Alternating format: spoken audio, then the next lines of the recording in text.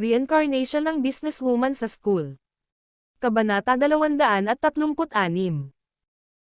Hindi karaniwan na pinauwi ng isang boss ang kanyang sekretarya, ngunit naramdaman ni Guning na hindi simple ang relasyon ni Gu Qingxiang at ng kanyang sekretarya. Gayunpaman, walang intensyon si Guning na imbestigahan pa ito.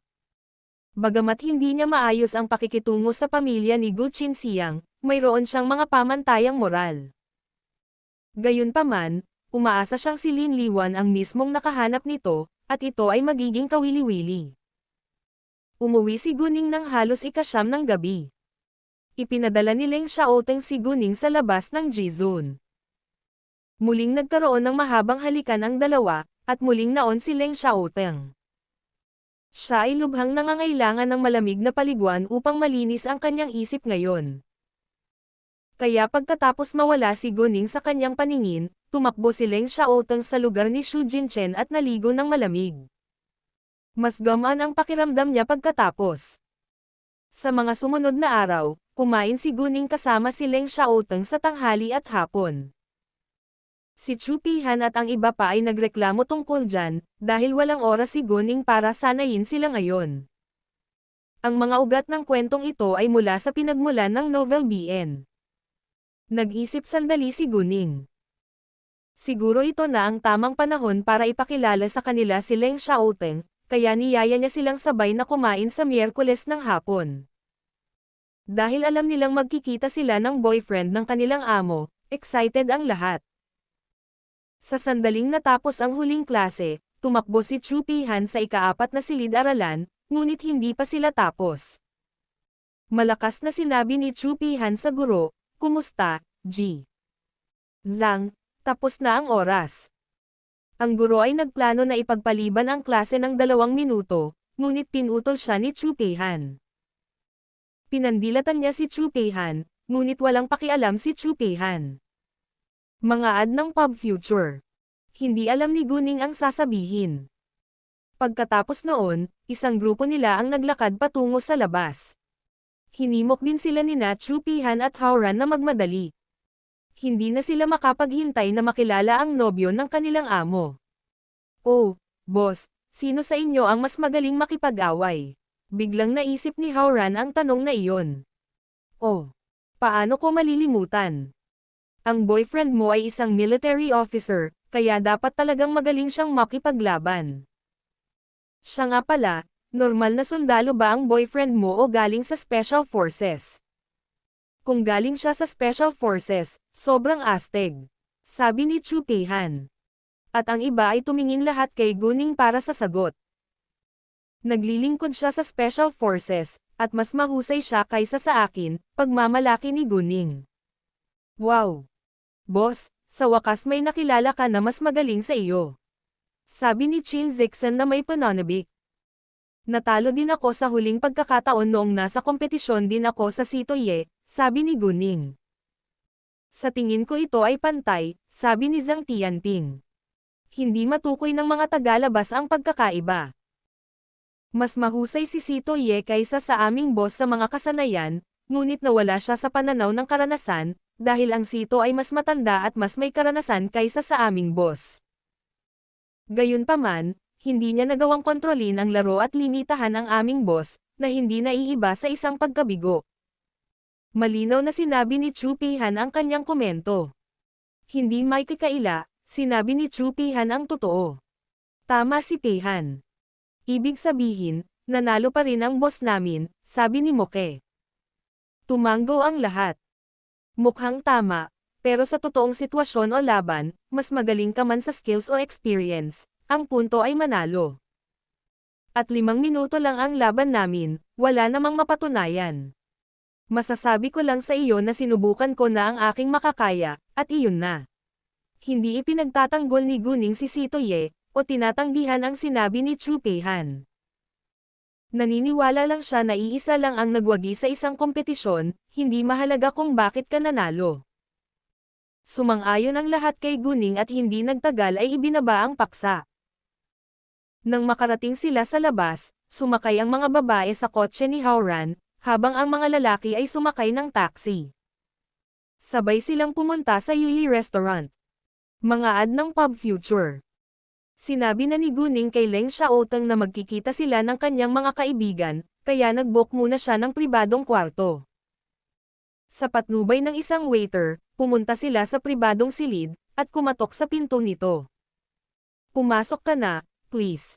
Ang boses ni Leng Xiaoteng ay narinig mula sa loob. Pagkatapos, sumunod si Guning ng iba pa ay pumasok. Agad na tumayo si Leng Xiaoteng upang salubungin sila, ngunit ang kanyang paningin ay unang bumagsak kay Guning gaya ng dati. Natigilan ang lahat nang lumitaw si Leng Xiaoteng sa kanilang paningin. Matangkad at malakas ang lalaki. Nakaon ang aircon sa kwarto, kaya hinubad niya ang kanyang coat at nakasuot ng masikip na itim na sweater na lalong nagpatingkad sa kanyang kaakit-akit na katawan.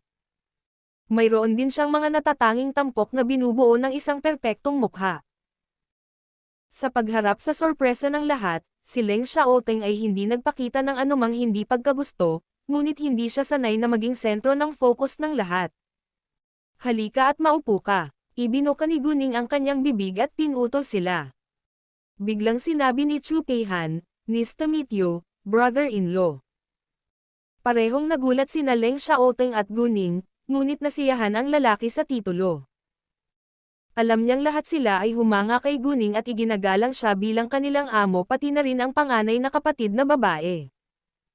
Dahil boyfriend siya ni Guning, hindi naman mali na tinawag nila siyang bayaw. Si Guning, sa kabilang banda, ay nakaramdam ng kaunting pagkabalisa. "Nice to meet you, brother-in-law," sabay-sabay na sabi ni Howran at ng iba pa. "Nice to meet you too," sagot ni Leng Xiaoteng. Bagamat maangin niyang sinabi, walang nag-iisip na siya ay mayabang. Si Leng Xiaoteng ay isang taong kakaunti ang pananalita, at hindi magaling sa pagbibiro, ngunit hindi rin siya mayabang. Iginagalang niya ang lahat ng pantay. Si Guning, sa parehong oras, ay nagsabi na sa kanyang mga kaibigan tungkol sa personalidad ni Leng Xiaoteng. Kahit malamig at tahimik ang itsura niya, maaasahan siya. Kaya, ang lahat ay handa sa pag-iisip. Gayunpaman, si Leng Xiaoteng ay may hangin ng isang araw sa kanilang mga mata, kaya medyo maingat silang kumilos sa harap niya. Pagkatapos ng bati ay umupo na silang lahat. Hinubad ni Guning ang kanyang coat, at agad siyang tinulungan ni Leng Xiaoteng na isabit ito. May pumasok na waiter, at hinayaan ni Guning ang kanyang mga kaibigan na mag-order muna. "Tulungan mo ang iyong sarili please." "Siyempre. Dahil nasa bayaw na namin ang pagkain, hindi kami mahihiya," sabi ni Chu Peihan. Eksakto. Sumang-ayon naman ang iba. Hindi alam ni Guning kung ano ang sasabihin, ngunit nasiyahan si Leng Xiaoteng sa pag-aproba mula sa mga kaibigan ni Guning. Bagamat iniisip lang niya ang mga opinyon ni Guning, hindi masamang bagay na nagustuhan niya ang lahat ng mga kaibigan niya. Mahal niya si Guning, at iginagalang din niya ang kanyang mga kaibigan. Actually marami akong gustong itanong sa bayaw namin, pero hindi ko alam kung ito na ang tamang oras." "Well, maaari mong sagutin ang aking mga tanong kung gusto mo, at maaari naming i-drop ang tanong kung ayaw mong sagutin ito.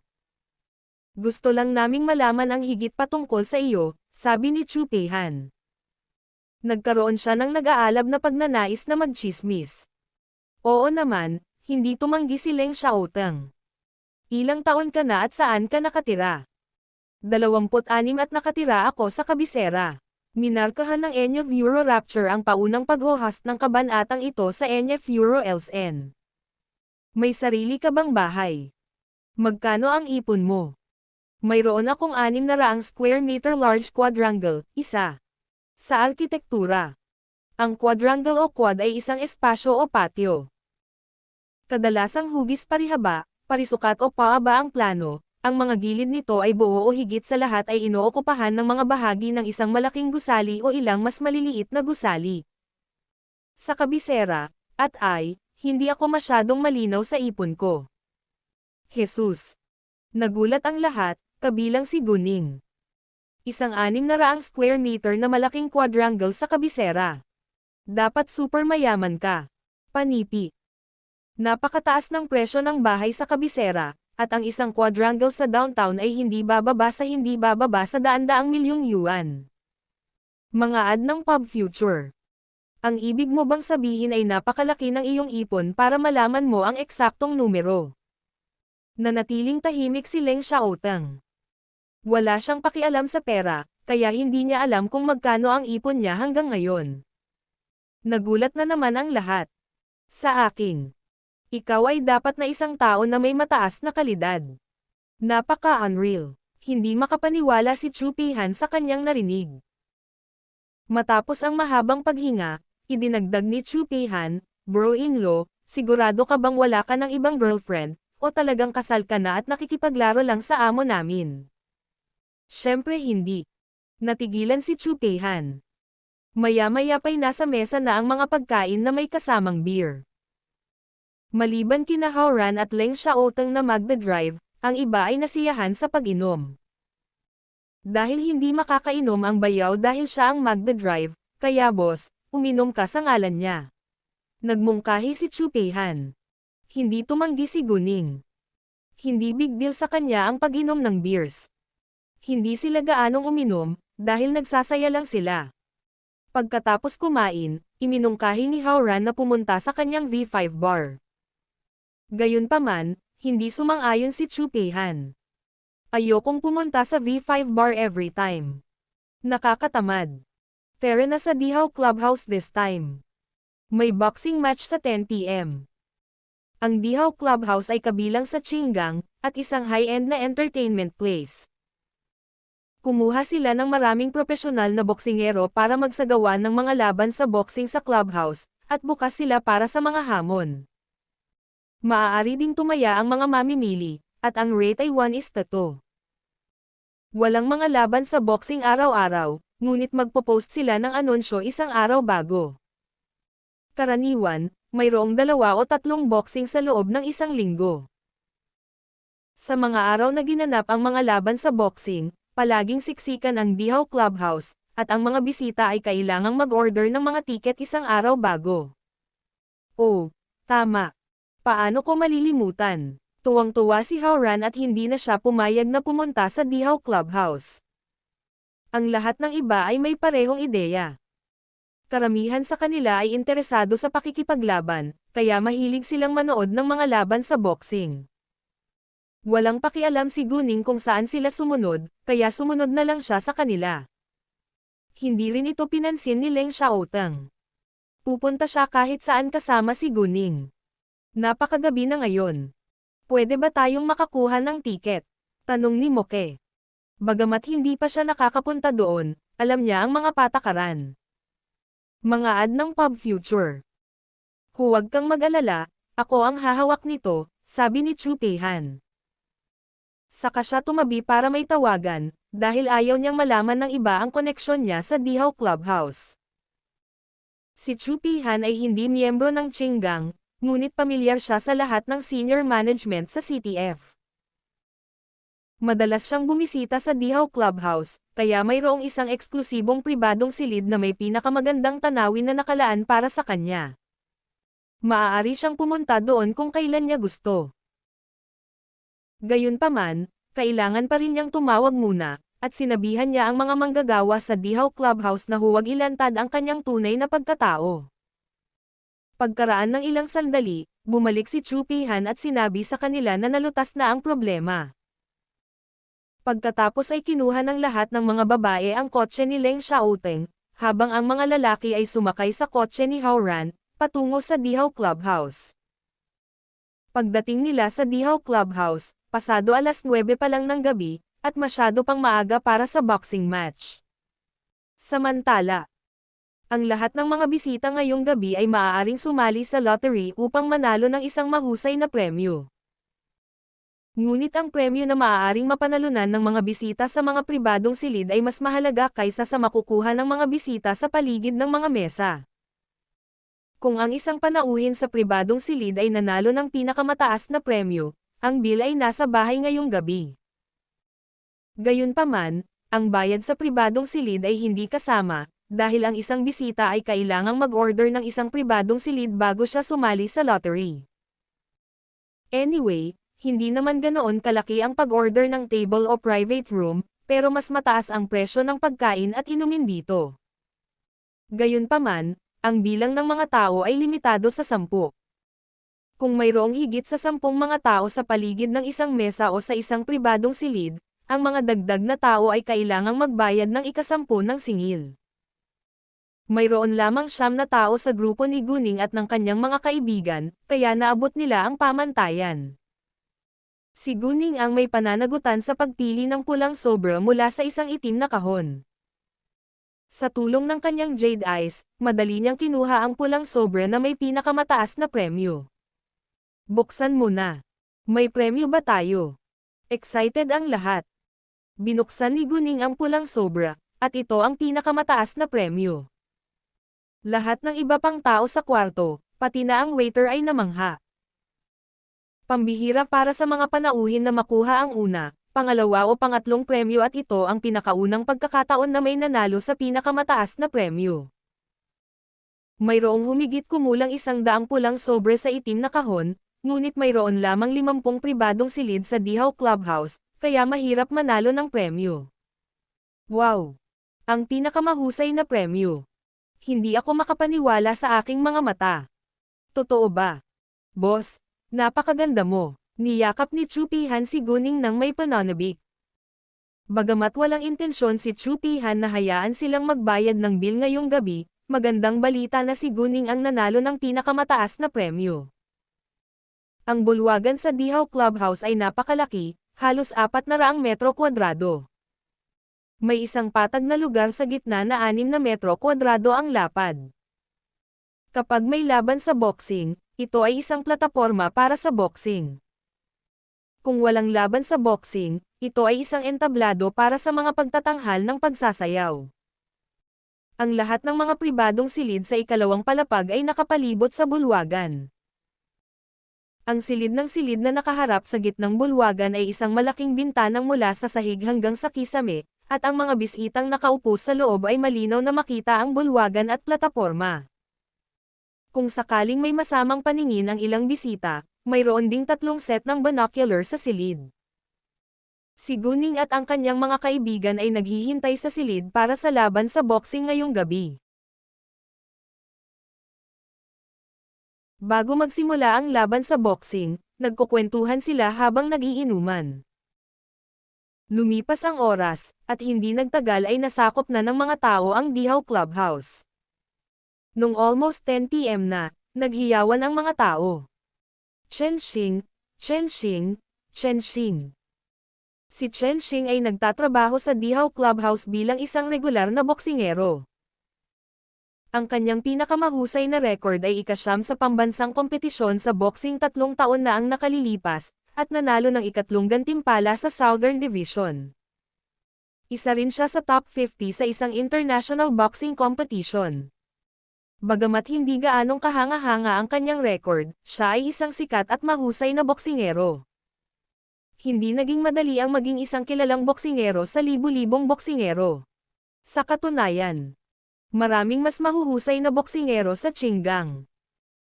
Maging ang kampyon sa boxing, ngunit lahat ng mga boksingero na iyon ay nagtatrabaho para sa mas malalaking lugar ng libangan, at bukas sa mga hamon mula sa mas malalawak na kalaban.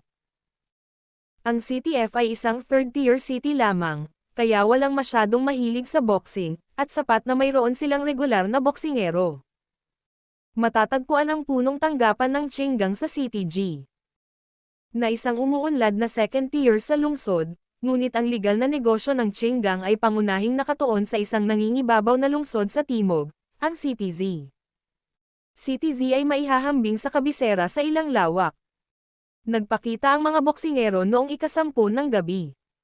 Ang unang boksingero na umakyat sa plataporma ay si Chen Xing. Nang makita si Chen Xing, ang mga manunood ay sumisigaw at nagsisigawan ng mas malakas. Chen Xing, Chen Xing, Chen Xing. Chen Xing, lumalaban. Chen Xing, patayin mo siya. Matapos tumayo si Chen Xing sa platform, lumabas din ang kanyang kalaban. Liu Qiang, Liu Qiang, Liu Qiang. Liu Qiang, lumalaban. Liu Qiang, patayin mo siya. Mga ad ng Pub Future. Si Liu Qiang ay isa ring boksingero na nanalo ng maraming premyo noon, at hindi siya mas mahina kaysa kay Chen Xing.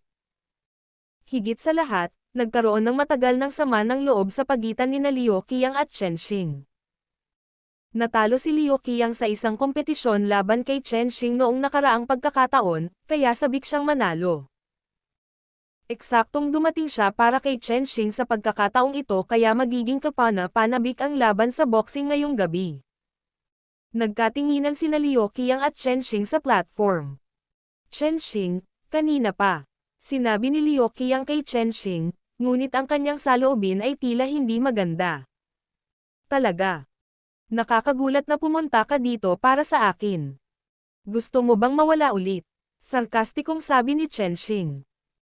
Ngumisi si Liu Qiang, dahil bukas ka para sa mga hamon dito, bakit hindi ako makakapunta? Hindi ko sinabi iyon, sabi ni Chen Xing.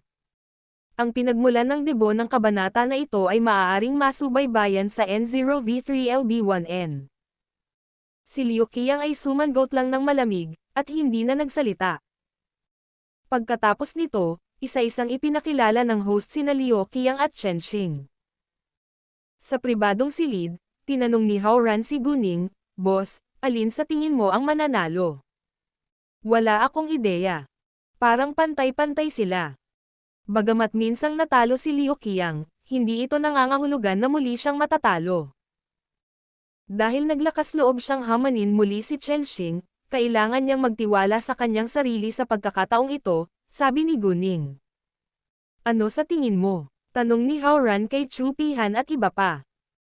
Taya ko si Chen Xing sa simula, ngunit pagkatapos ng sinabi ni Boss, hindi ako sigurado, sabi ni Qin Zixen.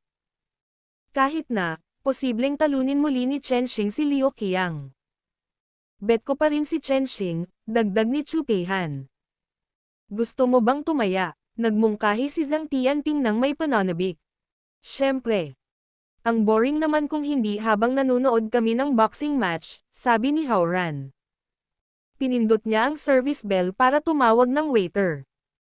Maliban kina Leng Xiaoteng, Guning at Yu Mixi, ang iba ay may taya na 20,000 yuan bawat isa. Tumaya sina Hao Ran, Qin Zixen at Moke kay Liu Qiang, habang ang iba ay tumaya kay Chen Xing. Ang bet odds ni Liu Qiang ay 1:3, at ang kay Chen Xing ay 1:2. Unti-unting tumaya ang audience sa clubhouse. Parehong mahusay ang dalawang boksingero, at isang mahirap na desisyon para sa madla na tumaya. Sa huli, ang karamihan ay tumaya kay Chen Xing. Bumaba ang host mula sa platform pagkatapos ng pagpapakilala. At tinawag ng judge ang simula ng laban. Hindi na makapaghintay sina Liu Qiang at Chen Xing at nagsimulang lumaban ng marahas sa isa't isa. Nagsalubong ang kanilang mga kamao sa hangin, at pareho silang napaatras sa lakas ng isa. Mga ad ng Pub Future. Matapos ang mahabang hininga, walang humpay silang umatake sa isa't isa. Seryoso ang pakikitungo ni Chen Xing sa kanyang kalaban. Kahit na minsang natalo si Liu Qiang sa isang kompetisyon laban sa kanya, dahil malinaw na alam ni Chen Xing na hindi ito naging madaling tagumpay. Walang sino man ang tila may kontrol pagkaraan ng ilang sandali, at ang laban ay lalong naging kapana-panabik. Nais ng lahat na manalo sa taya, kaya't ang mga tao ay patuloy na nagsisigawan sa paligid ng plataporma upang hikayatin ang mga boksingero. Sa paglipas ng panahon, nagsimulang makontrol ni Chen Xing ang laban na ito, habang patuloy na iniiwasan ni Liu Qiang ang kanyang mga kamao. Gayunpaman, nang maniwala ang mga manunood na matatalo muli si Liu Qiang, tinamaan niya ng diretso ang mukha ni Chen Xing. Iniwasan ito ni Chen Xing, ngunit sa hindi inaasahang pagkakataon, tumalikod si Liu Qiang at kinuha ang pagkakataong ito at isang backswing ang direktang tumama sa pisngi ni Chen Xing. Bilang isang profesional na boksingero, ang kanyang suntok ay may hindi bababa sa 100 pounds ng lakas. Sa pagharap sa mahusay na welga, si Chen Xing ay na-knockout na nahulog ng husto sa boxing ring.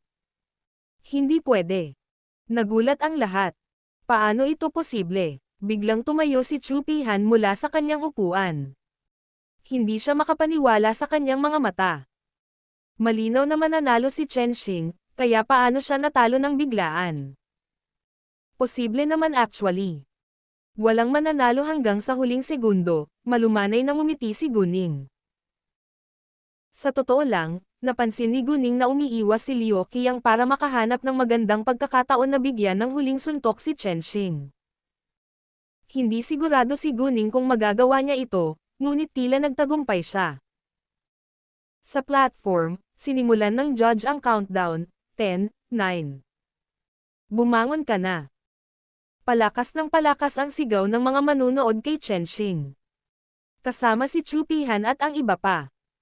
6, 5. Patuloy ng hukom. Chen Xing, halika, bumangon ka na.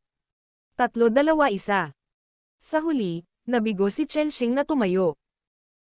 Sa makatuwid, ang mga tumaya kay Liu Qiang ay nanalo ng 3 beses ang halaga ng pera, habang ang mga tumaya kay Chen Xing ay natalo lahat. Tapos na ang laro. Ang mga tumaya kina Chen Xing at Liu Qiang ay nanalo ng ilan at natalo ang ilan. Gusto kong tumaya kay Chen Xing sa simula, ngunit nagbago ang isip ko sa huli, kaya tumaya ako kay Liu Qiang, natatawang sabi ni Hao-ran. Iwanan mo akong mag-isa, galit si Chu Peihan. Walang mawalan ng pera, ngunit kinasusuklaman niya ang pakiramdam ng pagkabigo. Bakit? Hindi lang ako tumaya kay Liu Qiang, sinadya ni Hao-ran. Ikaw, nena si Chu Peihan at ibinaling ang tingin kay Hao-ran. Biglang napatingin si Guning sa tapat ng pribadong silid at napansin ang isang pamilyar na lalaki. May 3 lalaki at 2 babae na nakaupo sa magkatapat. Nakilala ni Guning ang isa sa mga lalaki. Si Le Zhenggayo iyon. Nakilala rin ni Guning ang 2 babae sa shopping mall kasama si An Chen noong isang araw.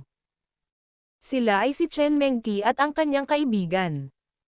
Bakit kasama ni Le Zhenggayo si Chen Mengqi? Nalitaw si Guning, ngunit hindi niya malinaw ang totoong sitwasyon, kaya nagpasya siyang maghintay ng ilang sandali pa. Anong mali? Nang mapansin na nakita si Guning sa katapat na pribadong silid, tinanong siya ni Leng Xiaoteng nang may pag-uusisa. Tumingin siya, sinundan ang paningin ni Guning, at nakita ang mga tao sa tapat ng pribadong silid, ngunit hindi niya sila kilala. Nakikita ko ang isang lalaki na kilala ko, ngunit tila kakaiba ito, sabi ni Guning, itinoon ang kanyang mga mata sa katapat na pribadong silid. Hindi na nagtanong pa si Leng Xiaoteng, at hindi na siya inistorbo. Mga ad ng Pub Future. Hindi nagtagal, tumayo si Le Zhenggayo, umalis sa silid at agad na lumabas si Chen Mengqi ng isang maliit na pakete ng papel mula sa kanyang handbag. Binuksan niya ito at nagsalin ng pulbos sa wine glass ni Le Zhenggayo. Naramdaman ni Guning na kailangang may mali. Tumayo siya ng walang pag-aalinlangan. Excuse me. Kailangan kong lumabas saglit. Akala ng mga kaibigan niya ay pupunta si Guning sa ladies' room, kaya wala silang pakialam. Napansin ni Leng Xiaoteng ang parehong eksena, kaya naunawaan niya kung ano ang gagawin ni Guning. Gusto mo bang sumama ako sayo? Nang marinig iyon, napatingin ang lahat kay Leng Xiaoteng, at naisip na kakaiba siya dahil naniniwala silang pupunta siya sa ladies' room kasama si Guning. Si Leng Xiaoteng, sa halip, ay naguluhan kung bakit bigla silang lahat ay tumingin sa kanya ng ganoon. Walang oras na sayangin si Guning. Hindi, ayos lang. Kakayanin ko. Mahusay, sabi ni Leng Xiaoteng. Pagkatapos ay tumakbo si Guning sa tapat ng pribadong silid, kung sakaling matrap si Le Zhenggayo. Bagaman hindi niya alam kung ano mismo ang puting pulbos, ito ay isang bagay na kakilakilabot. Kailangang pinaplano ni Chen Mengqi na matulog kay Le Zhenggayo sa paraang amoral. Nang lumabas si Guning sa daanan, si Le Zhenggayo ay naglakad pabalik sa silid. Alam ni Guning na kailangan niya itong pigilan kaagad. Kinuha ni Le Zhenggayo ang kanyang wine glass, at iinom na sana. Sa oras na ito, sadyang kinatok ni Guning ang pinto ng malakas at gumawa ng malakas na tunog. Ang lahat ng mga taong nakaupo sa loob ay sagrado sa pamamagitan ng tunog, at tumigil sa pag-inom ng magkakaisa. Nang makita iyon gamit ang kanyang jade eyes, medyo na-relieve si Guning. Sino ito? Isang tao aked sa pagkainip. Hindi siya si Lezengyo. Hindi siya pinansin ni Guning, ngunit sinabi niya, Mr. Le, ako si Guning. Ito ay urgent. Nasaksihan ng lahat ng iba pang tao ang paglalagay ni Chen Mengqi ng mga gamot sa wine glass ni Lezengyo, ngunit walang nagsalita. Tila, sila ay isang grupo, na nagplanong bitag si Lezengyo ng magkasama. Nang marinig ni Lezengyo na si Guning iyon, inilapag ni Lezengyo ang kanyang baso ng alak, naglakad patungo sa pintuan.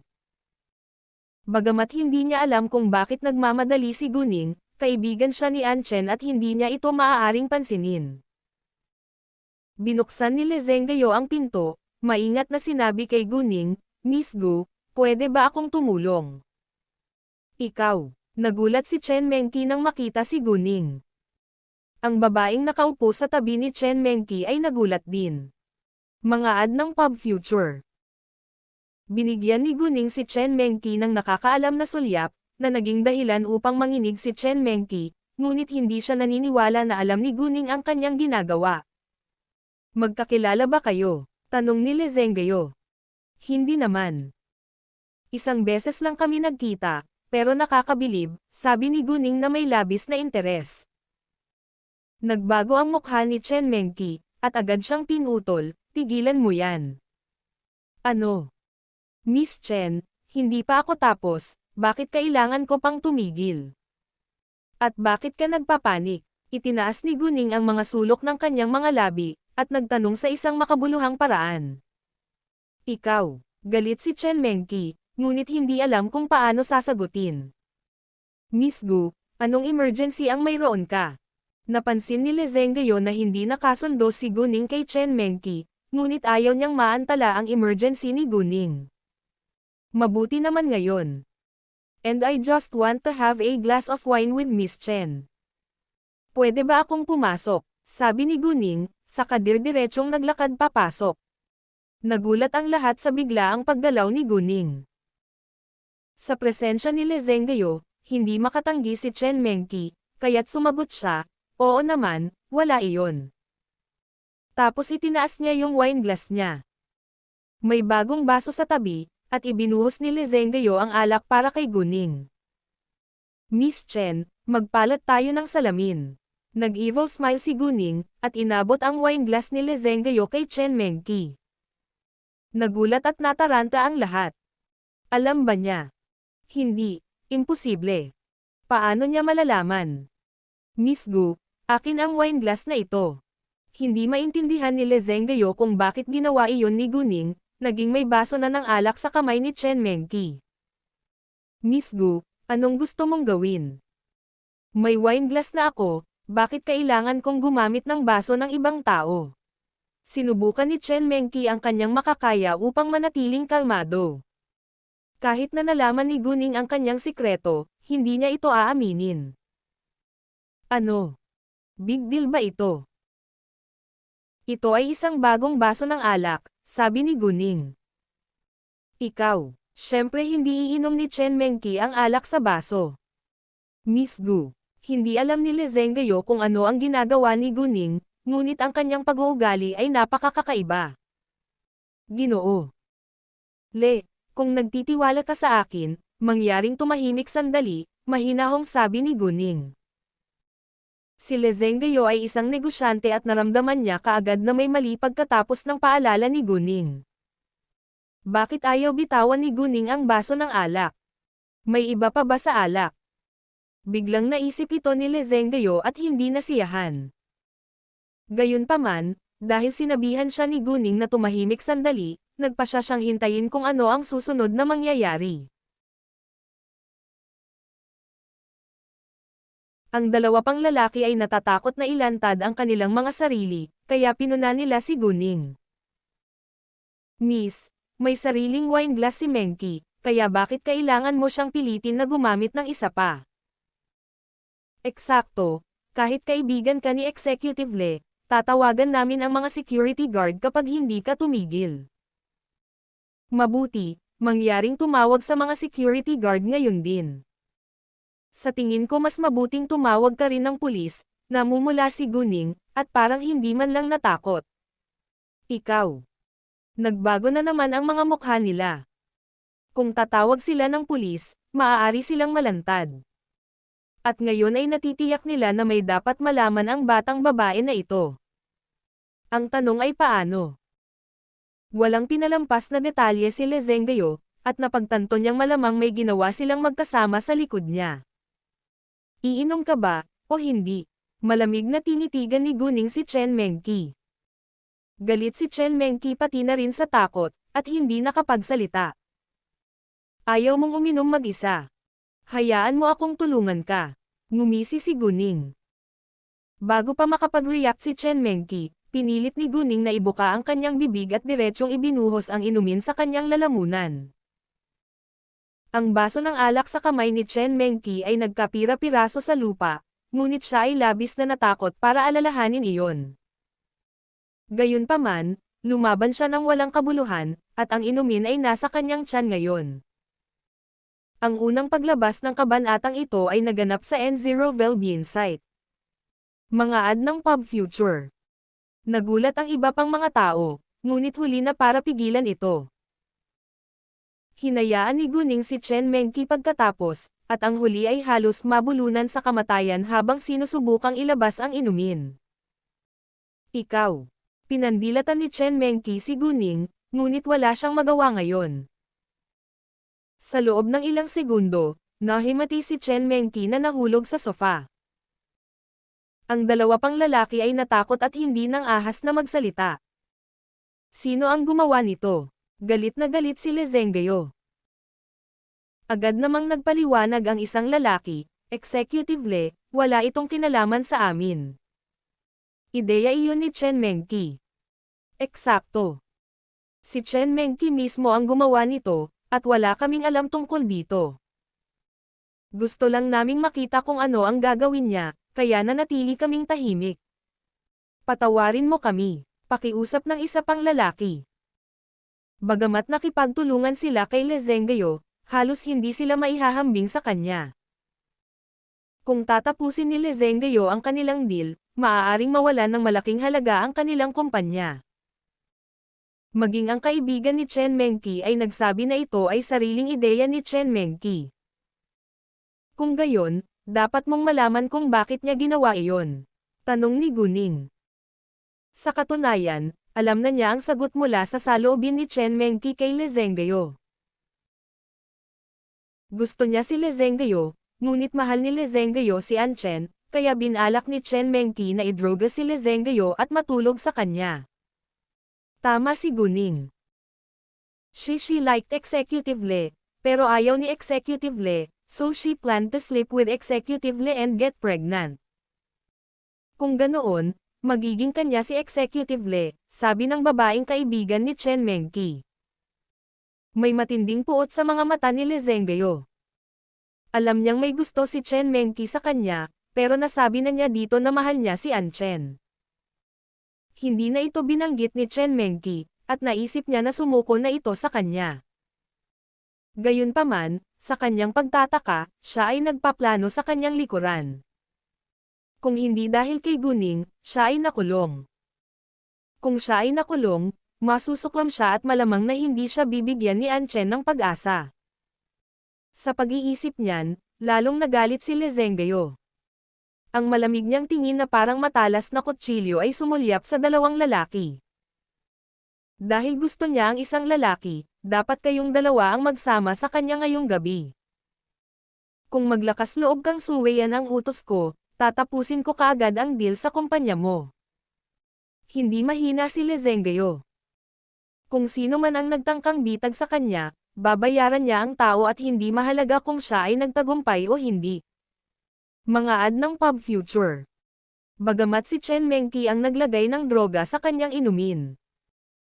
Itinago ng dalawang lalaki ang katotohanan, na naging kasabwat nila, kaya natural na hindi sila hahayaan ni Leng Xiaoteng na makatakas dito. Ang dalawang lalaki ay natakot, at agad na sumagot, "Oo, Ginoo." Hindi sila ng ahas na lumaban ngayon, maliban kung gusto nilang mawalan ng trabaho. Tsaka bihira lang tumanggi ang mga lalaki na makipagtalik sa magandang babae, lalo na yung dalawa. Si Chen Mengqi ay maganda at sexy. Matagal na nila siyang gusto, ngunit hindi sila nagustuhan ni Chen Mengqi. Bilang karagdagan, si Chen Mengqi ay mula sa isang mayamang pamilya, kaya hindi sila ng ahas na gumamit ng dahas. Dahil iniutos sa kanila ni Le Zhengguo na gawin ito ngayon, mas handa silang gawin ito. Pagkatapos noon, umalis si Le Zhengguo kasama si Guning. "Miss Gu, maraming salamat sa pagtulong mo sa akin. Kung hindi, maaari na akong nakulong, ngunit maaari mo bang sabihin sa akin kung paano mo nalaman?" "Umalis lang ako sandali," sabi ni Le Zhengguo kay Guning. Sumagot si Guning, "Nakaupo ako sa pribadong kwarto sa tapat mo, at hindi ko sinasadyang nakita kitang nakaupo kasama si Chen Mengqi, kaya na-curious ako. Nakilala ko si Chen Mengqi sa isang shopping mall kasama si An Chen noong nakaraang linggo, at alam ko ang tungkol sa relasyon nyo. Kaya nagtaka ako kung bakit kayo magkasama." Sa hindi inaasahan, paglabas mo ay agad niyang nilagyan ng puting pulbos ang iyong wine glass. "Bagamat hindi ako sigurado kung ano iyon, magiging masama kung nadroga ka. Sa makatuwid, tumakbo ako sa iyo nang walang pagkaantala. Buti na lang at dumating ako on time." Sa pag-iisip sa nangyari, galit pa rin si Le Zhengguo, ngunit nagulat siya sa magandang tanawin ni Guning. "Nakikita mo ba ako sa kabila? Napakadi ka panipaniwala ng iyong paningin. May distansyang 10 metro man lang sa pagitan ng dalawang silid." "Oo, mas maganda ang paningin ko kaysa sa normal na tao," tumawa si Guning. "Oh, dapat nandito ka kasama ng mga kaibigan mo, di ba?" tanong ni Le Zhengguo. "Oo, gusto mo bang sumama sa amin? Kasama rin natin si Anyi," iniaya ni Guning. Magpinsan sina Anyi at An Chen, kaya pamilyar sa kanya si Le Zhengguo. "Salamat na lang. Wala ako sa mood ngayon," pagtanggi ni Le Zhengguo. "Well, ayos lang," hindi iginiit ni Guning. "At, mangyaring huwag sabihin kay An Chen ang tungkol dito. Ayokong mag-alala sa kanya," sabi ni Le Zhengguo. "Oo naman," sagot ni Guning. Pagkatapos noon, umalis si Le Zhengguo at bumalik si Guning sa kanyang pribadong silid. Nagpatuloy si Guning sa pakikipaglaro sa kanyang mga kaibigan, at si Leng Xiaoteng ay palaging nagtanong sa kanya, kaya hindi siya nagtanong ng anuman.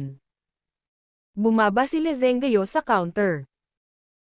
Nagplano siyang mag-order ng isang bagay para kay Guning, ngunit nalaman niyang si Guning ang nanalo ng pinakamataas na premyo at may libreng pagkain pati na rin ang mga inumin ngayong gabi. Nagulat si Le Zhengguo sa swerte ni Guning. Hindi nagtagal sa private room ang dalawang lalaking kasama ni Chen Mengqi. Ang isa sa kanila ay nagpunta upang mag-book ng isang silid, at ang isa ay hinayla si Chen Mengqi sa silid pagkatapos. Ito ang lugar ng Qinggang, at walang mag-aalala tungkol doon. Binalaan nila ang babaeng kaibigan ni Chen Mengqi na itikom ang kanyang bibig bago nila binitawan. Umalis si Guning at ang kanyang mga kaibigan sa clubhouse noong halos 12 a.m. Sina Leng Xiaoteng at Guning ang responsable sa pagpapauwi kina Chu Peihan at Yu Mixi, habang ang mga lalaki ay sumakay ng taxi. Iyon ang unang pagkakataon na nakapunta si Guning sa tahanan ni Yu Mixi. Ang kanyang tahanan ay hindi malayo, ngunit matatagpuan sa isang lumang living area. May maliit na tindahan ng almusal sa pasukan ng living area, na pag-aari ng pamilya ni Yu Mixi. Ang maliit na tindahan ng almusal ay talagang kumikita. Kung hindi lang nila ginamit ang napakaraming ipon nila para subukang gamutin ang sakit ng ina ni Yu Mixi, nakabili na sila ng bagong bahay. Si Yu Mixi at ang kanyang ama ay umaasa pa rin na ang ina ni Yu Mixi ay ganap na gumaling balang araw.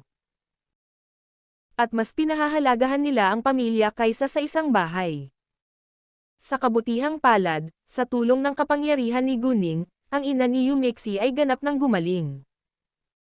Mas malusog pa siya ngayon kaysa sa mga normal na tao, at nakapagtrabaho kaagad. Naniniwala si Yumexi na ang kanyang pamilya ay mabubuhay ng mas maayos at mas magandang buhay.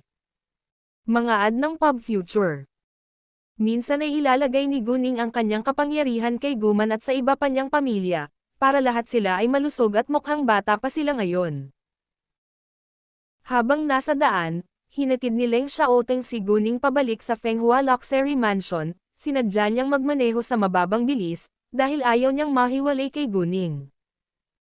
Aalis siya papuntang CTG bukas, at hindi niya alam kung kailan siya babalik. Pareho ang ni Guning kay Leng Xiaoteng, ngunit alam din niyang kailangan nilang magtrabaho. Ang kawalan ay naging dahilan lamang upang lumaki ang puso, at pareho silang nagsisikap na bumuo ng isang mas magandang kinabukasan. Kahit noon pa man, hindi pa rin maiwasan ni Guning na mamiss siya bago pa man sila magkahiwalay. Sa huli, nakarating sila sa Zone G sa Fenghua Luxury Mansion. Tumingin si Guning kay Leng Xiaoteng na may pagbibitiw ng ngiti sa kanyang mukha. Alam kong ayaw mong umalis, ako rin ayoko, pero lahat tayo ay may kanya-kanyang mga bagay na dapat harapin. Hindi naman maiiwasan na magkahiwalay kami paminsan-minsan sa maikling panahon. Dapat alagaan mong mabuti ang iyong sarili. Mamimiss kita. Sagot ni Leng Xiaoteng. Nakaramdam ng pagkabalisa si Guning. Biglang lumapit si Leng Xiaoteng kay Guning, hinalikan ang kanyang malambot na labi ng napakalakas, parang isang gutom na halimaw na sa wakas ay nakakakuha ng masasarap na pagkain. Naunawaan ni Guning na inilalabas niya ang kanyang pag-aatubili na iwan siya, kaya kahit masakit, hindi siya umimik at hinalikan siya pabalik. Ipinagmamalaki ni Leng Xiaoteng ang kanyang pagpipigil sa sarili noong nakaraan, ngunit ngayon ay lubos na niyang isinuko ito sa harap ni Guning. Pareho rin ang nararamdaman ni Guning. Sa makatuwid, hindi maitatanggi ni Guning na gusto niya ng higit pa sa isang halik, ngunit pinigilan siya ng kanyang dahilan na gawin iyon. Hindi siya binitawan ni Leng Xiaoteng hanggang sa pareho silang nalagutan ng hininga. Nang makita ang mapupulang namamagang labi ni Guning at namumula ang mga pisngi, mas lalong ayaw ni Leng Xiaoteng na iwan siya. Muntik na naman niya itong idiin sa kanya, ngunit kinontrol niya ang sarili dahil alam niyang hindi pa ito ang tamang oras. Ningning, masakit ba? Hinawakan ni Leng Xiaoteng ang mga labi ni Guning at medyo nakonsensya. Medyo, sagot ni Guning. Mga ad ng pub future. Nang marinig iyon, bahagyang napahiya si Leng Xiaoteng at wala nang nagawa pa. Ilang sandali pa ay naghiwalay na rin ang dalawa. Ang dalawang lalaki ay nagmahal kay Chen Mengqi sa buong gabi. Nang magising siya kinabukasan, lahat siya ay itim at asol, at nag-iisa. Nakaalis na ang dalawang lalaki. Bagamat aksidenteng na droga ni Chen Mengqi ang kanyang sarili, alam niya kung ano ang nangyari bago siya nahimate at kung ano ang nangyari sa kanya ngayon. Agad siyang napaluha. Sobrang kinasusuklaman niya ang mga ito. Bakit? Bakit nila ginawa iyon sa kanya? Alam niyang kasalanan niya ang pagtatangkang makipagsapalaran laban kay Le Zhengguo, ngunit ito ay dahil mahal niya ito ng husto. Dahil ayos naman siya, bakit kailangan niyang ipahiya ito? Si Chen Mengqi ay nagkaroon ng maraming dating nobyo, at hindi siya birhen, ngunit sa pagkakataong ito ay medyo naiinis siya. Ito na ang pinaka-nakakahiya na gabing napagdaanan niya. Itinakda niya ang kanyang sarili na maghayganti sa hinaharap. Imposibleng lapitan niya si Le Zhengguo pagkatapos nito sa hinaharap. Gayunpaman, dahil hindi niya matalo si Le Zhengguo, hindi rin niya hahayaang makasama si An Chen. At dahil pinahiya siya ni Le Zhengguo ng ganito, hahayaan niyang matikman ni An Chen ang parehong damdamin. Sa pag-iisip niyan, tumigil sa pag-iyak si Chen Mengqi. Ang kanyang mukha ay mukhang kakilakilabot na may mga marka ng luha at ang kanyang mga mata ay puno ng puot ngayon. Umalis si Leng Xiaoteng alas 9 ng umaga kinabukasan. Hindi siya pinaalis ni Guning, at umalis siyang mag-isa, ngunit nagkita na sila kanina nang ihatid ni Leng Xiaoteng si Guning sa kanyang paaralan. Ayaw nilang iwan ang isa't isa kahit na dapat silang magkahiwalay. kung hindi lang sila nasa public, matagal na ulit silang naghalikan. Nang dumating si Guning sa palaruan, natapos na ng kanyang mga kaibigan ang pagsasanay sa umaga at nagpapahinga na. Iyon ang unang pagkakataon na nahuli si Guning, kaya agad siyang pinagtawanan ni Chu Pihan at ng iba pa. Boss, kakaiba na late ka na, sabi ni Howran. Aalis ang kasintahan ni boss ngayon, at dapat nilang samantalahin ang bawat segundo para magkasama. Napatingin si Chu Pihan kay Guning. Well, kawawa naman kami. Lahat tayo ay walang asawa at maaari lamang tumakbo para magpalipas ng oras. Napabuntong hininga si Chin Zixan. Sa tingin ko ang kalayaan ay mas mahalaga kaysa sa pag-ibig. Sabi ni Moke, na parang pipiliin niya ang kalayaan kaysa pag-ibig. Eksakto, libre ang pagiging single. Hindi ako mahilig sa seryosong relasyon, sabi ni Chu Pihan. Biglang may naisip na ideya si Chu Pihan. Tinanong niya si Guning, sabihin mo sa amin, hanggang saan na ang relasyon ninyo ng aming bayaw? Holding hands, kissing, or... Hindi nagpatuloy si Chu Pihan, ngunit malinaw kung ano ang kanyang sasabihin. Medyo nabahala si Guning. Hindi niya naisip na nararapat na sabihin iyon sa kanila, ngunit ayaw niyang magkamali sila, kaya sinabi niyang, naghalikan lang kami. Ano ang naramdaman? Tanong ni Chu Pihan na may pag-uusisa. Maghanap ng lalaki at subukan mo ito. Pang-aasar ni Guning. Hindi ko gagawin iyon, sabi ni Chu Pihan. Nang halos 12 PM, nakatanggap si Guning ng mensahe mula kay Leng Xiaotang. Nasa kabisera siya ngayon. Mga ad ng Pub Future. Tinawag ni Zhou Zhenghong si Guning sa tanghali. Sinabi niya sa kanya na may kaunting gulo na nangyari sa Jade Beauty Jewelry Store, ngunit nalutas na niya ito. Isang babae ang pumunta sa kanilang tindahan kaninang umaga at sinabing bumili siya ng pekeng jade bracelet sa Jade Beauty Jewelry. Ngunit nakalimutan niyang lahat ng mga alahas na ibinebenta sa tindahan ng Jade Beauty Jewelry ay may kakaibang marka, kaya agad na nalaman ni Zhou Zhenghong na ang nagsisinungaling ang babae. Maya-maya ay inamin ng babae na si Xiaoping ang nagpapadala sa kanya. Hindi sigurado si Zhou Zhenghong kung si Xiaoping ba talaga ang nasa likod nito, at kailangan niya ng panahon para malaman ang katotohanan. Bagamat may matagal ng sama ng loob sa pagitan nila ni Xiaoping, posibleng ginamit ng ibang mga negosyante ng alahas ang pangalan ni Xiaoping para magkagulo siya. Kaya naman, tumawag siya ng pulis at ibinigay ang babae sa kanila. Gumagana ng maayos ang Jade Beauty Jewelry Store, kaya hindi nag-alala si Guning tungkol dito. At saka, malapit na ang mga pagsusulit. Kailangang bigyang pansin ni Guning ang pag-aaral ngayon upang mapanatili ang kanyang posisyon sa grado, nang sa gayon ay madali siyang magbakasyon sa hinaharap. Natatakot siya na madalas siyang lumiban sa paaralan sa susunod na semestre. Bukod dito, ang mga napupuot kay Guning ay biglang natahimik. Marahil ay dahil sa nangyari kina Gu Xiaoxiao at Chen Ziyao. Ang mga ugat ng kwentong ito ay mula sa pinagmulan ng novel BN. Bihirang makilala ni Qin Zing si Guning, ngunit gusto niya itong makausap sa tuwing makikita niya ito. Gayunpaman, palaging kasama ni Guning si Howran at ang iba pa, kaya hindi siya nang ahas na lumapit. Tumigil din sina Zhang Yiming at Fu Mingliang sa masamang bibig kay Guning. Sila ay kumikilos na parang ganap na estranghero ngayon. Lumipad si Guning sa CTD noong weekend upang bigyan ng paggamot si Kay. Lubusan siyang pinagaling ni Guning sa pagkakataong ito, dahil magiging abala siya sa bakasyon pagkatapos ng mga pagsusulit, at wala na siyang oras na pumunta muli sa CTD. Pagkatapos ng paggamot, nakakalakad na si Kay, at wala siyang pakialam na sinabi sa kanya ni Guning na kailangan niyang magpagamot ng 3 beses. Maaari na siyang maglakad, at walang dahilan para hindi siya maniwala kay Guning. Nakuha din ni Kay ang maraming maruruming sikreto ng Hangyan Real Estate para kay Guning. Sa sorpresa ni Guning, ang Hangyan Real Estate ay nakagawa ng maraming ilegal na bagay. Tulad ng panunuhol sa mga opisyal ng gobyerno, sapilitang demolisyon ng walang kabayaran, pag-iwas sa buwis na halos 500 milyong yuan, pagbawas sa trabaho sa konstruksyon at iba pa.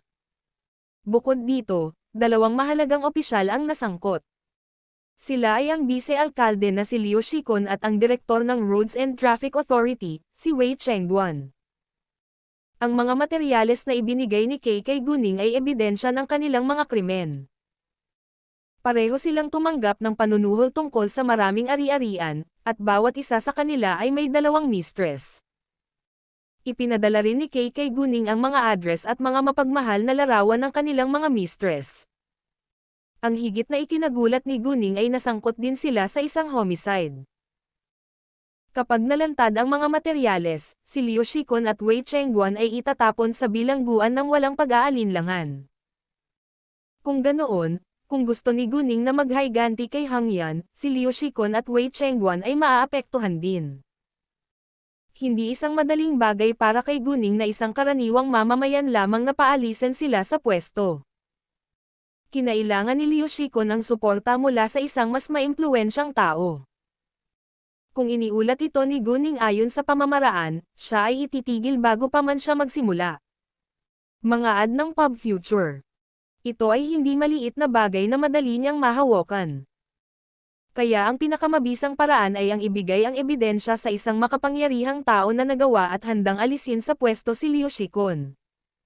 Ang pinakamagandang pagpipilian ay si Yan Zenglan. Sina Yan Zenglan at Liu Shikon ay nagsilbi para sa dalawang magkaibang grupo sa politika, at mas gusto nilang alisin sa pwesto ang isa't isa. Mahusay na itinago ni Liu Shikon ang kanyang maruruming sikreto, kaya nabigo si Yan Zenglan na makakuha ng anumang matibay na patunay sa kanya. Ginawa ito ni Guning ng isang pangmatagalang plano.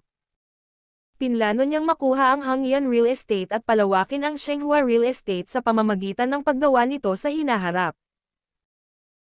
Ang nakarehistrong halaga ng mga asset ng Hangyan Real Estate ay humigit kumulang 5 bilyong yuan, hindi kasama ang mga likidong pondo at iba pang mga bagay. Kabilang sa mga ito ang hindi magagalaw na ari-arian na kinabibilangan ng mga hotel at shopping mall, na nagkakahalaga ng halos 3 bilyong yuan. Kapag nalantad ang kanilang maruruming sikreto, ang presyo ng stock nito ay kapansin-pansing bababa at walang ibang kumpanya o grupo ang handang makipagtulungan dito.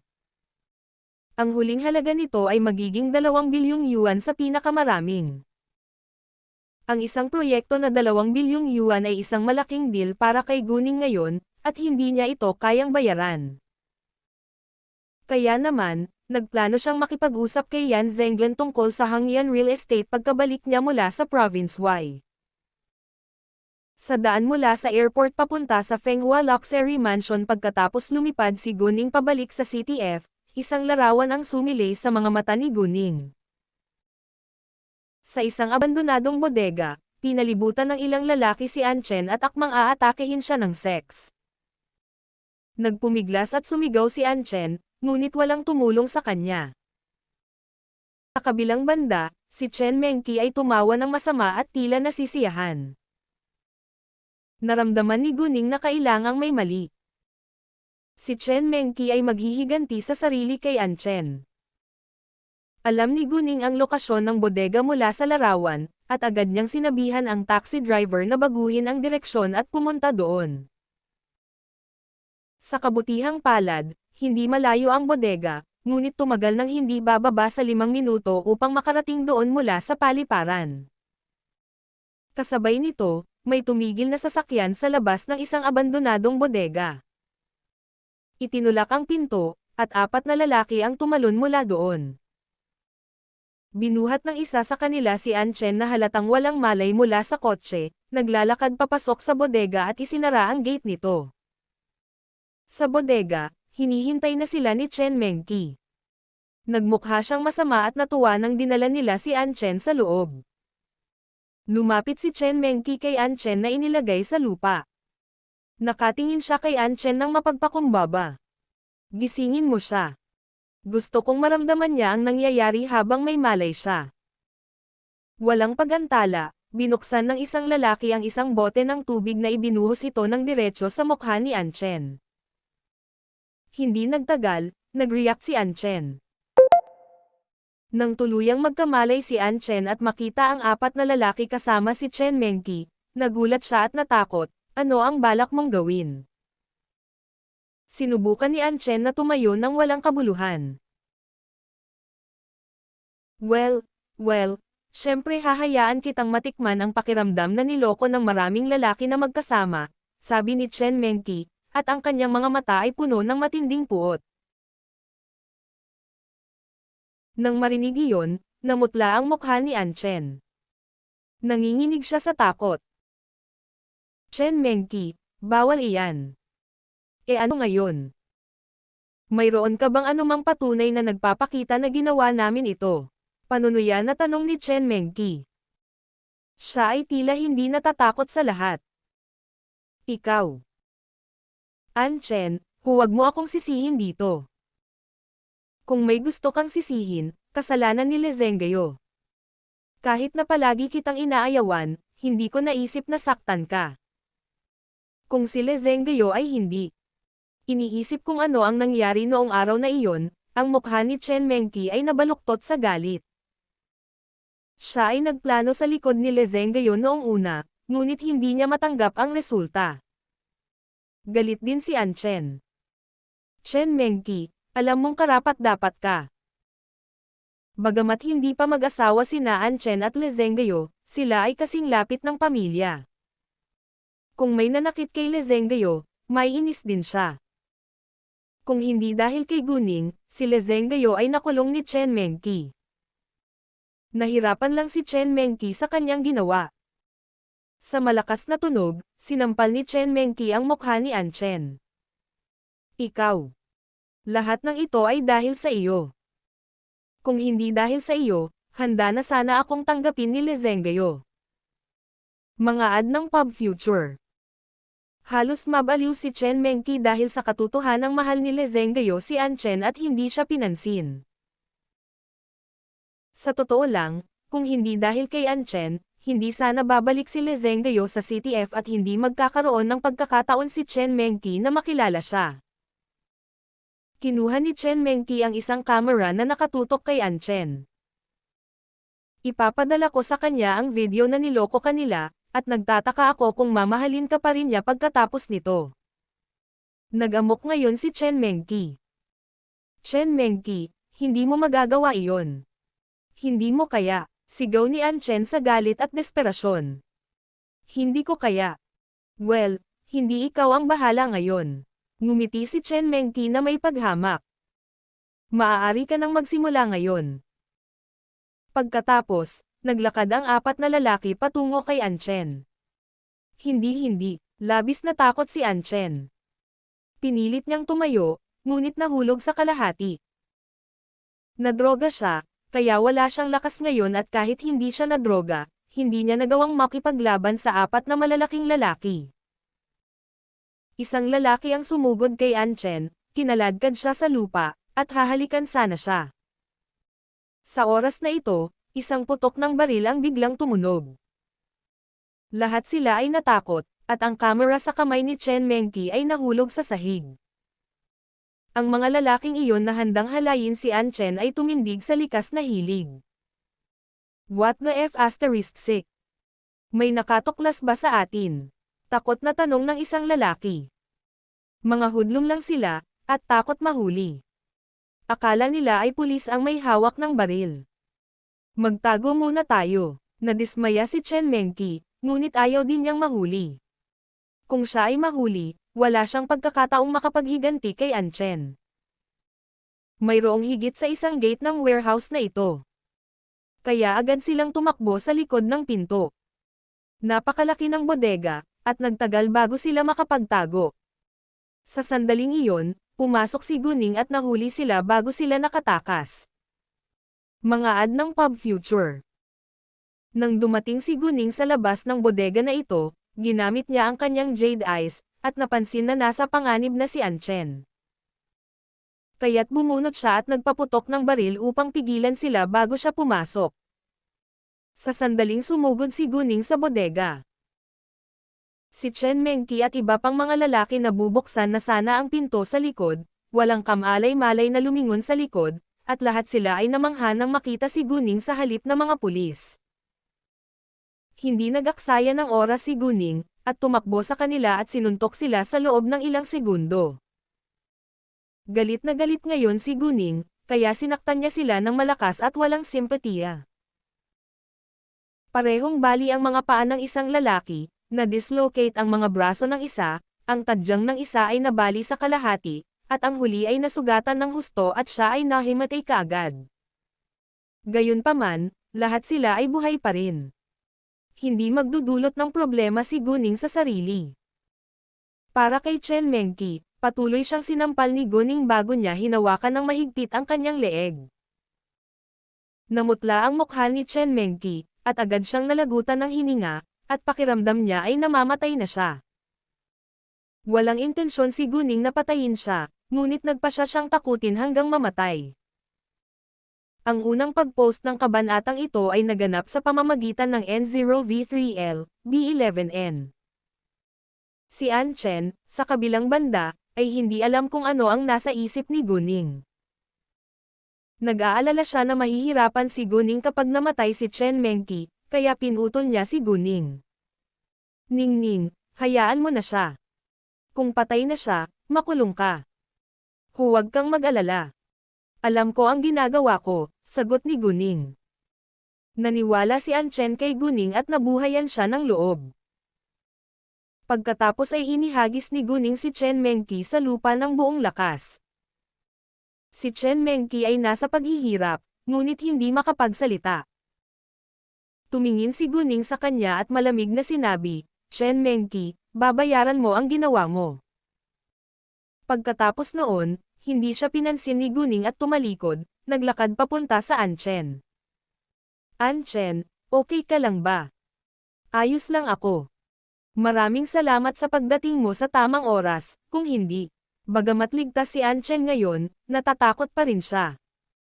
Pagkatapos ay nagtanong si An Chen na naguguluhan, "Oh, may putok ba? Paano mo nalaman na nandito ako?" Hindi yun putok ng baril. Isang lighter lang ang sumabog. Narinig ko mula sa ilang mga dumaan na nahuli ka ng ilang hoodlums, kaya pumunta ako para tulungan ka, pagsisinungaling ni Guning. Hindi ito pinagdudahan ni An Chen, ngunit nadama lamang ang swerte. Kung si Guning ay hindi dumating sa oras, siya ay napahamak na. Anong gusto mong gawin sa kanila? Tanong ni Guning. Si An Chen ang biktima, kaya mas mabuting hayaan siyang magdesisyon. Nag-isip sandali si An Chen, pagkatapos ay nagsabi, tawagan natin ang pulis. Kabanata 244. Pagkatapos ay tinawagan ni An Chen ang istasyon ng pulisya at si Le Zhengguo. Nagulat si Le Zhengguo nang marinig ang balita. Agad niyang ipinagpaliban ang pagpupulong na dadalan niya, at sumakay sa kanyang sasakyan. Lumampas na siya sa speed limit at nauna pa siyang magmaneho noong red light pa. Kahit na alam niyang ligtas na si An Chen ngayon, hindi siya mapakali bago niya makita ng personal si An Chen. Karaniwang inaabot ng 12 minuto bago makarating doon, ngunit dumating si Le Zhengguo pagkalipas lamang ng 6 na minuto. Sa pangalawang pagkakataon na nakita niya si An Chen, niyakap siya ni Le Zhengguo sa kanyang mga braso. Napakasarap sa pakiramdam na yakapin siya nito sa sandaling ito. Miss Gu, hindi ko talaga alam kung paano magpasalamat sa iyo. 2 beses mo nang nailigtas si An Chen at 1 beses mo akong tinulungan. Kung mayroon kang anumang pangangailangan sa hinaharap, mangyaring mag-atubiling ipaalam sa amin. Gagawin namin ang lahat ng aming makakaya, sabi ni Le Zhengguo nang may katapatan. Alam nilang dalawa na hindi nagkukulang ng pera si Guning, kaya hindi nila inalok ng tseke. Please wag mong sabihin yan. Magkaibigan kami ni An Chen. Natutuwa akong tulungan siya, ngunit kung talagang kailangan ko ang anumang bagay sa palabas, hihingi ako sa iyo para sa tulong, sagot ni Guning. Hindi nagtagal, ang mga pulis at dinala silang lahat sa himpilan ng pulisya. Mga ad ng Pub Future. Ang kamera na ginamit ni Chen Mengqi upang i-record ay ang patunay ng kanilang krimen, ngunit ayon sa mga patakaran, kinailangan din ni An Chen at Guning ang kanilang mga account. Pagkatapos noon, bumalik si Guning at ang iba pa. Sa huli, ang 4 na lalaki at si Chen Mengqi ay sinentensyahan ng pagkakulong sa loob ng 3 taon. Samantala, si Guning ay nagkaroon ng huling pagsusulit pagkatapos ng ilang araw. Siya ang una sa kanyang baitang sa huling buwan ng pagsusulit. Kaya inayos niyang isulat ang mga huling pagsusulit sa unang silid ng pagsusulit, kung saan ang tanong 30 sa baitang ay magsusulat ng mga huling pagsusulit ng magkasama. Sina Qinzing at Moke ay nasa unang silid ng pagsusulit, at nakaupo sila sa parehong hanay. Sa wakas ay nagkaroon ng pagkakataon si Qinzing na maging malapit kay Guning. Ngunit wala pa rin siyang pagkakataong makausap ito, dahil patuloy na nakikipag-chat sa kanya si Moke bago ang pagsusulit. At iniabot ni Guning ang kanyang papel sa loob ng kalahating oras bawat oras. Sa oras na natapos ni Qinzing ang kanyang papel at lumabas ng silid-aralan, kasama na ni Guning ang kanyang mga kaibigan. Alam ng lahat na mas maagang inabot ni Guning ang kanyang papel, ngunit nakakagulat pa rin na makitang ginagawa niya iyon. Wala sa kanila ang makatapos ng kalahating papel sa loob ng kalahating oras. Pagkatapos ng 3 araw ng final exams, bakasyon na. Iminungkahi ng mga kaibigan ni Guning na magsaya kasama si Suanya. Nagpunta sila upang kumain sa isang magarbong hotel bago mag-karaoke, at pagkatapos ay pumunta upang magkaroon ng merienda sa gabi. Malapit na ang kaarawan ni Suanya, at inimbitahan niya silang sumali sa kanyang birthday party. Sinabi rin niya sa kanila na huwag maghanda ng mga regalo, at maaari niyang tulungan sila sa formal na pananamit. Alam ng lahat na ang Su family ay isa sa mga napakayamang pamilya sa CTF, at talagang hindi ito isang simpleng birthday party. Maraming celebrity ang dadalo ng walang pag-aalinlangan.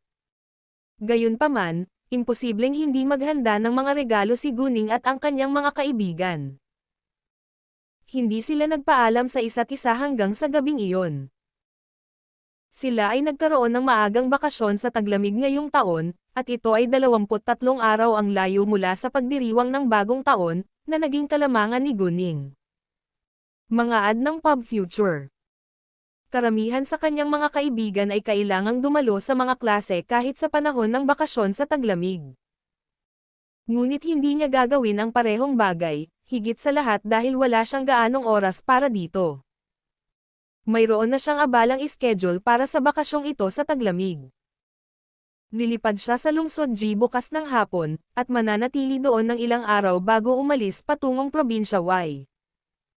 Pagkatapos noon, nagplano siyang pumunta sa kabisera kung may oras.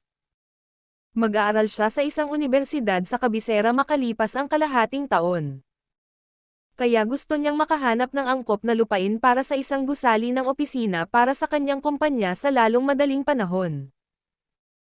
Gaano man siya kabisi, kailangan niyang bumalik sa CTF 5 araw bago ang pagdiriwang ng bagong taon para mamili kasama si Guman. Hindi alam ni Guman kung ano ang ginagawa ni Guning, ngunit alam niya na si Guning ay abala sa negosyo. Hindi na nagtanong pa si Guman ngunit pinaalalahanan si Guning na mag-ingat. Ang tindahan ni Jiangshu ay gumana ng maayos kamakailan.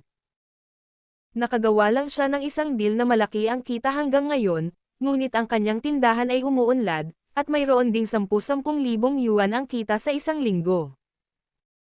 Kakasimula pa lang niya ng negosyo niya kaya hindi alam ng marami ang brand niya. Gayunpaman, sa sandaling nagsimula siyang makipagtulungan sa Shenghua Real Estate, ang mga bagay ay ganap na naiiba. Bagamat ang Shenghua Real Estate ay isang malaking kumpanya ng real estate sa CTF.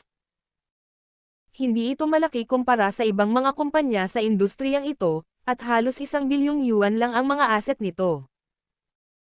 Sa makatuwid, nakatuon ang Shenghua Real Estate sa CTF, at wala silang maraming kasalukuyang proyekto. Kaya ang Zuri Construction Material Store ay ang tanging tagapagbigay ng construction materials ng Shenghua. Kinabukasan, pumunta si Guning sa beauty salon kasama sina Guman at Guching sa umaga. Dumating din sa salon sina Mrs. Hao at Mrs. Lu, at pareho silang nasa sabik na makita si Guning, dahil nakabili sila ng mga jade na alahas na dati nilang gusto pagkatapos ng rekomendasyon ni Guning. At gusto nilang pasalamatan si Guning ng personal. Marami rin sa kanilang mga kaibigan ang pumunta sa Jade Beauty Jewelry Store para bumili ng alahas sa CTG, at ang brand ay lalong sumikat ngayon. Nagiging kilala na sa lahat na maraming mayayamang babae ang pumunta sa CTG para bumili ng alahas sa Jade Beauty Jewelry Store. Sa ngayon, ang Jade Beauty Jewelry ang pinakasikat na brand sa CTG. Sa tanghali, muling kumain si Guning kasama nila. At pagkatapos noong bandang 2:30 PM, pumunta si Guning sa airport. Hindi sinabi ni Guning kay Jo Jenghong na pupunta siya sa CTG sa pagkakataong ito, dahil ayaw niyang abalahin siya ng madalas. Pagkarating niya sa CTG, sumakay siya ng taxi dumiretso sa flagship store ng Jade Beauty Jewelry, at tinawagan si Jo Jenghong habang papunta. Nasa tindahan na si Jo Jenghong, kaya sinabi sa kanya ni Guning na malapit na siyang makilala. Tinawag ng lahat ng tindera si Guning, si Miss Gu nang lumitaw siya sa tindahan. Sinabihan sila ni Guning na gawin iyon para maitago ang tunay niyang koneksyon sa Jade Beauty Jewelry. Binigyan sila ni Guning ng isang ngiti bilang tugon bago siya dumiretso sa opisina. "Boss, bakit hindi mo sinabi sa akin na darating ka kanina? Sinundo sana kita," sinabi ni Jo Jenghong sa sandaling nakita niya si Guning. "Hindi na ako bata, at kaya kong mag-taxi mag-isa. Hindi ko gustong abalahin ka," ngumiti si Guning. Bagamat hindi inisip ni Jo Jenghong na nakakaabala ito sa kanya, nakikinig siya kay Guning. "Oh, ito ang mga salaysay ng mga araw na ito. Mangyaring tingnan mo," ibinigay ni Jo Jenghong ang mga account kay Guning. Bagamat nascan ni Guning ang mga ito sa loob ng ilang segundo. Sa presensya ni Jo Jenghong, sinadya niyang pabagalin ang bilis ng kanyang pagbabasa, ngunit sa mga mata ni Jo Jenghong, mabilis pa rin niyang natapos ang pagsusuri. Sa ngayon ay ganap na naniniwala si Jo Jenghong na si Guning ay hindi isang ordinaryong babae, kaya nasanay na siya dito. Malaki ang kita ng Jade Beauty Jewelry hanggang ngayon. Pagkatapos suriin ang mga account, biglang naisip ni Guning si Xiaoping at tinanong niya si Jo Jenghong, "Tito Jo, ano ang nangyari kay Xiaoping napapanahon?" Speaking of Xiaoping, mukhang masayahin si Jo Jenghong.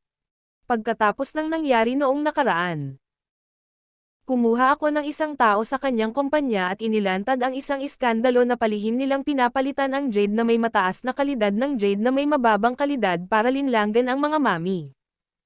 Mili. Kaya mas kaunting mga tao ang gustong bumili ng kanilang mga alahas ngayon, at nagsimula silang mawalan ng pera. Sa palagay ko, isasara nila ang kanilang mga tindahan sa malapit na mangyayari. Mga ad ng Pub Future. Wala pa kaming ginagawa, at nabigo na siya. Hindi napigilan ni Guning ang tumawa ng malakas. Sa katunayan, wala pang oras si Guning para harapin si Xiaoping, at nabigo na siya matapos ilantad ni Jo Jenghong ang kanyang maruruming sikreto. Napakahalaga ng reputasyon at katapatan para sa isang negosyo. Kilala si Xiaoping sa kanyang masamang ugali at lihim pa siyang nagbebenta ng mga alahas na mababa ang kalidad sa mataas na presyo.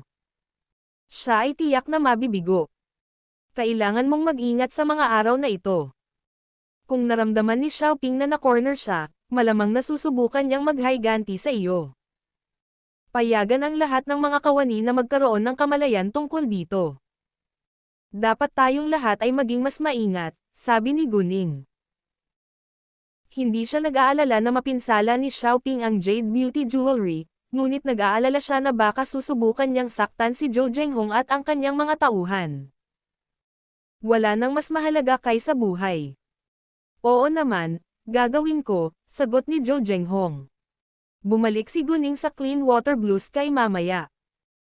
Habang nasa daan, Biglang naalala ni Guning na matagal na niyang hindi sinusuri kung ano ang nangyayari kay Li Zenzan. Pagkarating niya sa Clean Water Blue Sky, pumunta si Guning sa villa ni Yuan Senador para tingnan kung may mga bagong sitwasyon.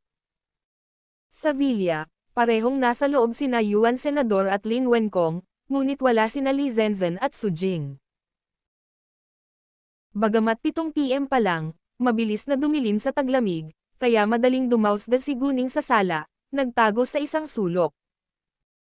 Sinabi ni Li Zenzan na may appointment siya kay Meng mula sa Qinggang, kaya hindi siya makakapunta rito, sabi ni Lin Wenkong kay Yuan Senador nang ibinaba niya ang tawag. Marunong talagang maglaro sina Li Zenzan at Su Jing. Medyo malapit na sila sa Qinggang ngayon. Sa tingin ba nila mapapaalis nila tayo sa ganoong paraan? Sabi ni Yuan Senador na tila hindi nasisiyahan. May droga si Meng. Maaari silang makakuha ng mga libreng gamot mula sa kanila sa bawat oras, sabi ni Lin Wenkong. Droga. Napagtanto ni Guning na tuluyan nang iniwan ni Li Zenzan ang kanyang sarili. E ano ngayon? Mayroon kaming kanilang mga video at larawan. Imposibleng maalis nila tayo, maaliwalas na sabi ni Yuan Senador. Yuan Senador, kahit na ganoon, dapat tayong magkaroon ng kamalayan na hinding-hindi natin magugulo ang Qinggang. Si Meng ay isang taong may kapangyarihan sa Qinggang. Kung malapit si Li Zenzan kay Meng, malamang mawawalan tayo ng kontrol sa kanya, sabi ni Lin Wenkong. Mga ad ng pub future. Alam ko, pero ayaw kong aminin. Galit na sabi ni Yuan Senador. Matapos marinig ang nangyari kay Li Zenzan, umalis si Guning.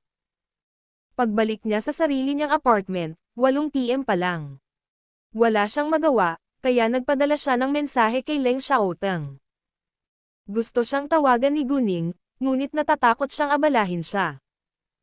Kung malaya siya ngayon, ibabalik niya ang mensahe sa kanya kapag nabasa niya ang mensahe. Mas abala si Leng Xiaoteng sa pagtatapos ng taon, at nasa kalagitnaan siya ng pagpupulong ngayon. Kaya na-miss niya ang mensahe ni Guning. Makalipas ang 1 oras, nang matapos ang pulong ay tiningnan ni Leng Xiaoteng ang kanyang telepono. Nang mapansin ang mensahe ni Guning, agad niya itong tinawagan habang naglalakad palabas. Ano ang nangyayari? Bakit nagmamadaling lumabas si boss para tumawag? Nag-aalalang tanong ni si Ming kay Xu Jinchen. Bueno, sa palagay ko ay malamang na hindi siya tumawag mula sa isang babae, at sabik siyang tawagan siya ngayon, sabi ni Xu Jinchen. Naka-green siya sa inggit. Gayunpaman, hindi siya sigurado tungkol dito. Hindi niya alam kung gaano sila kalapit ngayon ni Leng Xiaoteng at Guning, ngunit alam niya na dapat silang maging mas malapit kaysa dati. Kung hindi na sana pumunta si Leng Xiaoteng sa CTF at nanatili doon ng matagal para bisitahin si Guning. Ano? Nagulat ang lahat sa balita. Agad nilang pinalibutan si Xu Jinchen para humingi ng karagdagang detalye. Totoo ba?